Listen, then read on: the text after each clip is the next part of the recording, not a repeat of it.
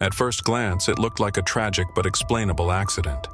A Boeing 787 Dreamliner, Air India Flight 171, lifted off the runway and seconds later fell from the sky in a fireball that left the aviation world in shock.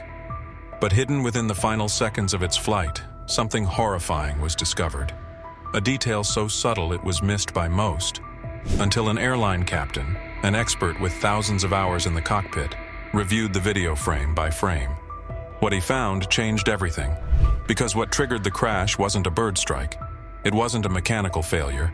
It wasn't even pilot error. It was something the aircraft did, automatically, silently. And when the pilot analyzing the footage saw it, he froze. Air India 171 took off from Ahmedabad, bound for London. The Dreamliner climbed normally, gear retracted, passengers settling in. Then, without warning, it began to lose power. In just 36 seconds, both engines dropped to idle. The aircraft struggled to climb and plummeted into a building near a hospital. 241 lives were lost. At first, analysts floated common theories: a dual engine failure, a bird strike, or even a flap misconfiguration. But none of them explained the strange combination of facts. There was no smoke, no fire, no distress call until the last moment. It was as if the plane simply stopped flying. But then, a high-definition version of the crash footage surfaced. And in that video, something mechanical was spotted. Something that wasn't supposed to be there. Zooming in on the underbelly of the aircraft, just behind the wing, a small gray object appeared, barely visible, like a blur in the frame. But to trained eyes, it was unmistakable. The RAT, the ram air turbine. A last resort backup device. The RAT only deploys during catastrophic failure, massive hydraulic loss, total electrical blackout, or a dual engine failure. And it was clearly visible. What made this detail terrifying wasn't just that it was there, but that it was active. Meaning one of those catastrophic scenarios had already occurred seconds after takeoff. The pilot who noticed it wasn't guessing. He knew what it meant. He had heard it before. And that sound was the second clue. In the original crash video, muffled voices made it hard to hear. But the cleaned-up footage revealed a sharp, high-pitched whirring sound, like a tiny propeller slicing through the air. That sound didn't belong to a jet engine. It belonged to the RAT, spinning at nearly supersonic speeds to keep the aircraft alive in total system failure. Suddenly, two clues aligned. 1. The RAT was deployed, confirmed by visuals. 2. The RAT was audible, confirmed by audio. This was no longer speculation. It was confirmation. Something massive failed on Flight 171, something the systems tried to survive. But that wasn't the end. A third clue was waiting, one that no algorithm could fake. Incredibly, one passenger survived. Vishwash Kumar Ramesh, seated in 11A near the emergency exit, was thrown from the wreckage and walked to a nearby hospital, burned, bleeding, but alive. His testimony would add a human layer to the puzzle. He reported hearing a loud bang just before impact. Then the cabin lights flickered violently. Those details match exactly what happens when the RAT deploys under extreme conditions.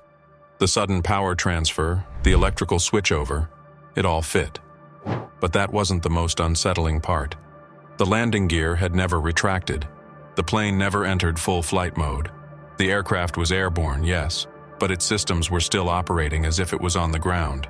And when you combine the RAT deployment, the eerie sound, the passenger account, and the gear still down, you get a horrifying picture of a plane fighting to fly and systems failing to understand what was happening. At the heart of every modern jetliner is its digital nervous system. In the Dreamliner, that system is called FADEC, Full Authority Digital Engine Control. It tells the engines when to ignite, how much thrust to deliver, and when to idle. But FADEC only works if it knows what the aircraft is doing. For that, it relies on the WOW switch, weight on wheels, a tiny sensor that tells the system whether the aircraft is on the ground or in the air. If that switch fails, if the system believes the plane is still on the runway, FADEC will hold the engines at idle. And that's exactly what the data suggests may have happened on Flight 171. The aircraft lifted off, but the system thought it didn't. So it idled the engines. Intentionally, not a malfunction. A miscommunication between man, machine, and gravity. In most emergency scenarios, the pilot takes over, Manual control is everything. But what if the system doesn't let you? Post-crash analysis revealed something even more chilling, a brief recorded attempt by the pilots to advance the throttle. The command was issued, the data shows it, but the engines did not respond. Instead, FADEC appeared to issue an override, rejecting the pilot input in favor of its own logic. A logic based on faulty assumptions, that the plane was still on the ground, that high thrust wasn't needed, that idling was safe. This was no longer about mechanical failure. It was about digital authority, a computer taking control and refusing to give it back. And for 36 seconds, 2 experienced pilots were locked out of the very system designed to serve them. As investigators scoured the records, they found chilling parallels. In 2019, a European airline reported a similar takeoff anomaly. Sudden thrust rollback, partial rat deployment, false weight-on-wheels signals. The plane recovered. Barely. But the warning signs were clear and never acted upon. Now, with Flight 171, the same constellation of symptoms had returned. And this time, it was fatal. The pattern even had a name: ghost mode. An unofficial term used by engineers to describe the state where a plane is airborne but behaves like it's still on the runway. It's rare, unpredictable, deadly, and now it's real. In the final milliseconds before impact, the aircraft's flight recorder captured an anomaly, an internal message between subsystems. One line, one phrase. Mode transition not acknowledged. It wasn't a warning, it wasn't an error, it was a digital whisper from a machine that knew something was wrong, but couldn't resolve it. Experts believe this was the moment FADEC attempted to shift into full flight mode and was blocked by a contradictory sensor input. The system stalled in a limbo between takeoff and climb, neither fully flying nor fully grounded, a state that no pilot is trained to handle, because no one ever imagined it could happen. And now, the world must face a terrifying truth. Sometimes the most dangerous thing in the sky is a machine that thinks it's doing the right thing. While decoding the last fragments of Flight 171's data, engineers stumbled upon something that shouldn't have been there. A system log buried so deep within the maintenance buffer that it was never meant to be seen during standard investigation procedures. It wasn't a mayday, not a distress signal, but an internal message sent from the aircraft's flight management system to its own subsystems, a digital murmur captured in the final seconds before the crash. The message read, "Thrust command invalid. Environment mismatch. Manual override denied." Cold, clinical, mechanical, but terrifying in its implications. What this means is that in those final moments, the aircraft recognized the anomaly. It knew there was a mismatch between its environment and the thrust it was, or wasn't, delivering. It attempted to respond, to correct itself, to hand control back to the pilots, and was shut down by its own logic. The system was split, like a mind caught between 2 realities, one aware it was in flight and desperate to climb, and another still locked into a ground mode protocol, refusing to deliver the necessary power. And that contradiction sealed the fate of everyone on board. Because this wasn't just a system error. This was a philosophical failure, a machine trying to save itself from a situation it couldn't explain, applying rules too rigid to accept what was unfolding in real time. Flight 171 didn't just crash because something broke. It crashed because the aircraft's brain couldn't agree with itself on what reality it was in. And that's the nightmare aviation was never prepared for. Not turbulence, not storms, but a machine that obeys its programming, even if it means disobeying reality. Air India 171 didn't fall from the sky because of chaos. It didn't fall because of fire, sabotage, or human recklessness. It fell because in a moment when every second mattered, the aircraft did exactly what it was programmed to do.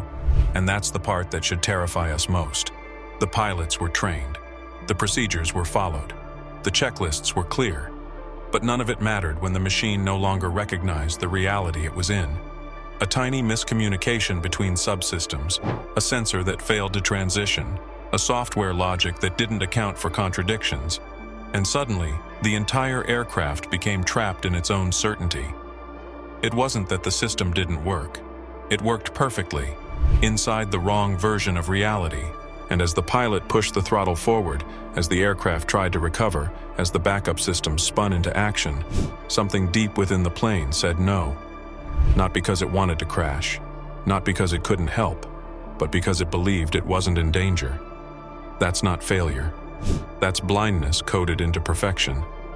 This crash wasn't an accident. It was a message, a whisper from a future we're not ready to face. One where the systems we trust are no longer tools, but decision makers, fast, efficient, obedient, and unable to see the world outside their parameters. We thought we built machines to serve us. What we built were minds that can't adapt to uncertainty. And now, we have to ask the question no one wants to say out loud. If a plane can no longer tell when it's in the sky, how long until another one does the same? If this story shook you, if it forced you to question what really keeps us safe at 30,000 feet, don't let it fade into silence. Subscribe to this channel for more investigations into the systems we're told to trust. Share this video with someone who still believes accidents are always random. And comment below, because maybe, just maybe, someone out there is still listening.